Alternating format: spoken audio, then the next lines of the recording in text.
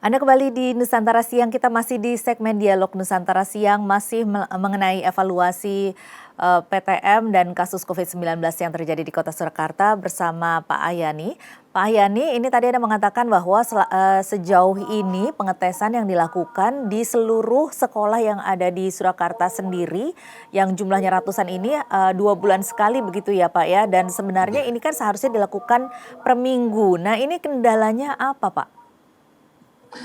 ya kita juga karena juga kaitan dengan sumber daya, tapi sebenarnya menurut epidemiologi sebenarnya itu cukup. Tidak harus setiap minggu. Nanti anak-anak setiap minggu kalau di swab juga kasihan, Hmm. dianukin hidungnya terus juga kasihan. Iya, tetapi memang kalau menurut rekomendasi WHO atau standar WHO seharusnya sih memang per minggu ya Pak ya, 1/1000 dari jumlah penduduk kan per minggu begitu. Iya, Hmm. ya. Nah ini Ya, tapi bagaimana? kalau Mungkin ya kendalanya kalau per apakah minggu ya kekurangan? kita iya. Sebenarnya kalau kita ngelihat anak-anak itu ya kalau ketika setiap minggu harus di swab dengan dicolok hidungnya itu kan juga nanti juga akan apa ya nggak nyaman juga sebenarnya. Hmm. Tapi dengan siklus 2 bulan sekali sebenarnya sudah cukup kalau melihat dari apa ya dari sistem pengendalian di kita sebenarnya sudah cukup dari teman-teman kesehatan sebenarnya sudah cukup juga. Tetapi pada kenyataannya memang terdapat akhirnya eh, kasus-kasus positif COVID-19 yang seharusnya Ya. lebih dapat diantisipasi. Kalau begitu menurut Bapak apa yang seharusnya lebih ditingkatkan lagi agar antisipasinya lebih meningkat kemudian juga tidak ada lagi kasus Iya, COVID-19? iya. Ini kita karena memang kita sudah mendapat apa dari surat SE atau Inmendagri bahwa kita itu boleh melaksanakan PTM. Nah itu juga kita minta dari semua sekolah yang sedang melaksanakan PTM itu harus melakukan protokol kesehatan dengan lebih ketat lagi. Jangan sampai terjadi salah satu atau murid atau guru atau siapapun yang berada di sekolahan itu sampai terpapar. Nah, Iya ini yang betul. memang Artinya kan tadi ya, Bapak mengatakan, mohon maaf Pak saya potong, tadi Bapak mengatakan ya, bahwa sekolah-sekolah saat ini sebenarnya sudah melaksanakan protokol ya, kesehatan dengan baik, tetapi tetap ya, terjadi kasus. Nah ini miss-nya di ya, mana? Apa kekurangannya nih Pak yang harus diperbaiki? ya. Ya, ini kalau di sekolahan kita sudah yakin betul. Tapi yang ketika di luar sekolah, Bu, ini yang memang harus kita perkuat lagi dari para guru untuk mensosialisasikan terutama kepada orang tua murid. Anak-anak itu ketika di luar sekolahan itu juga harus tetap melakukan protokol kesehatan yang secara ketat juga. Jadi ini memang upaya-upaya ini harus dilakukan untuk lebih giat lagi lah, lebih kuat lagi agar protokol kesehatan bisa dilakukan menjadi semacam kedisiplinan baru, kebiasaan baru bagi anak-anak. Karena memang sebenarnya intinya di dalam pengendaliannya adalah bagaimana kita tuh melaksanakan protokol kesehatan. Ketika Artinya protokol kesehatan yang dilakukan oleh masyarakat secara umum masih kurang baik Pak di sana? iya, iya, memang kalau kita ngelihat di luaran kita apa penularan pandemi ini bisa berselesaikan kalau katakanlah di antara masyarakat masih seperti itu. Hmm. Sebenarnya ketika dalam ada hajatan, kemudian ada kan memang di Kota Surakarta hajatan juga masih boleh.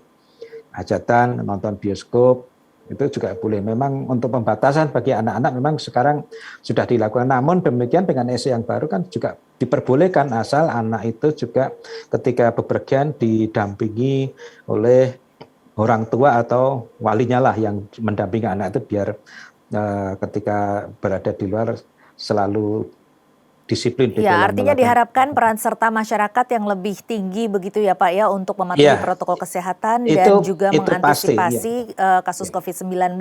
Namun juga di sini tentunya peran pemerintah daerah juga tentunya memiliki peran yang sangat besar seperti juga Dinas Kesehatan ini seharusnya juga bisa menjalankan perannya di sekolah. Nah, kemudian apa yang harusnya ditingkatkan dari peran serta dinas terkait begitu Dinas Kesehatan, Dinas Pendidikan untuk bisa iya, iya. mencegah adanya COVID ini? Ya, ya, di samping Dinas Kesehatan, Dinas Pendidikan kita juga menugaskan semacam tim untuk pendisiplinan. Jadi semacam tim cipta kondisi, di mana tim itu terdiri dari para anggota Satpol, kemudian juga ada TNI Polri yang memang bertugas untuk melakukan penertiban sekiranya ada kegiatan-kegiatan kerumunan atau pengumpulan massa yang di luar protokol kesehatan. Jadi memang kegiatan-kegiatan ekonomi terutama, kegiatan-kegiatan ekonomi, kegiatan-kegiatan pembelajaran, kegiatan bahasa itu sekarang juga ada diberi kesempatan untuk beraktivitas, namun itu juga harus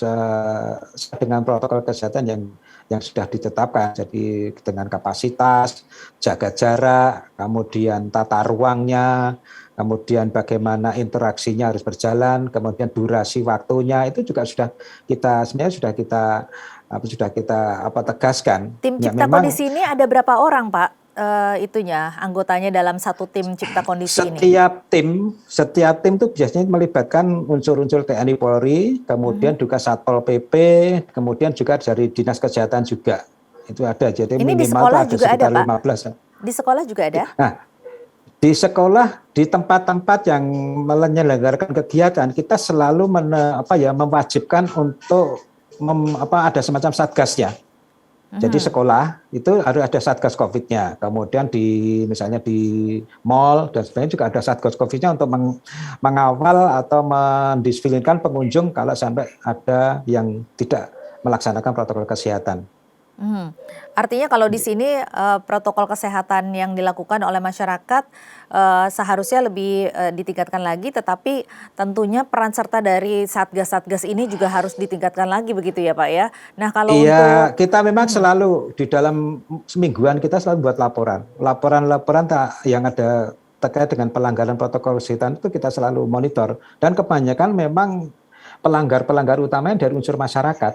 Ini yang selalu menjadi bahan Cipta Kondisi menjadi bahan gunjingan, karena ketika mereka itu selalu saja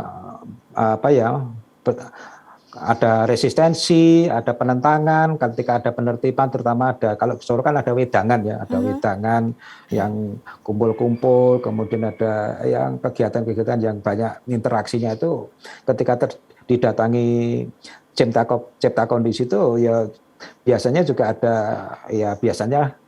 resistensi dan sebagainya, itu biasa terjadi lah. Bahkan sampai terjadi pada penutupan sementara seperti restoran atau mungkin juga tempat-tempat hiburan dan sebagainya, kita selalu melakukan penertiban sampai pada tahapan penutupan sementara. Baik, Pak Ahyani, kalau ini terakhir ya. Kalau bisa mengkritisi sendiri begitu ya, bagaimana kinerja dari hasil 3T yang selama ini dilakukan, Pak? Ya, memang untuk tracing itu kadang kita terkendala dengan ketika orang itu terkonfirmasi positif, dan kemudian ketika sudah alamatnya misalnya alamat di Kota Solo. Nah, ketika dilacak sampai ke rumah, orang itu sudah tidak ada lagi. Nah, ketika dilacak seterusnya ternyata orang itu hanya pinjam alamat. Ada salah satu anak SD itu pinjam alamat, atau karena memang juga ada beberapa ingin sekolah di Kota Surakarta, berstatus Kota Surakarta, kemudian menitipkan anak itu di salah satu kerabatnya atau saudaranya, dan ini banyak Bu, tidak hanya anak-anak sebagaimana juga, tapi kebanyakan anak-anak itu seperti itu agar status pendidikannya ada masuk di Kota Surakarta. Nah, ketika kendalanya ketika dia tuh masuk tracing dan terkonfirmasi, itu kita akan menindaklanjuti tracing berikutnya, kita kerepotan karena orang yang bersangkutan kita dihubungi sudah nggak bisa, sehingga kita kesulitan untuk melacak kontak-kontak dekat yang lainnya. Ini yang lalu bagaimana mengatasi masalah itu, Pak? Ya, kita selalu mengupayakan, kita juga menugaskan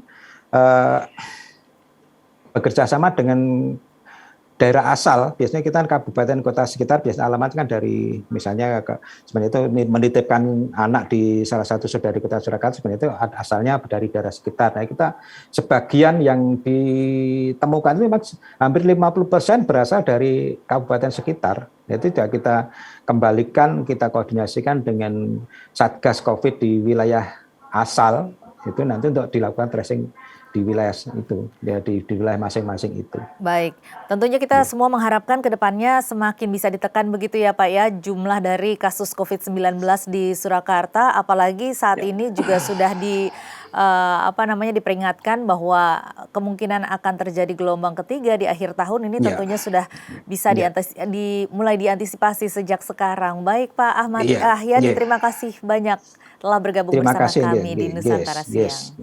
Salam sehat semuanya. Salam sehat Pak.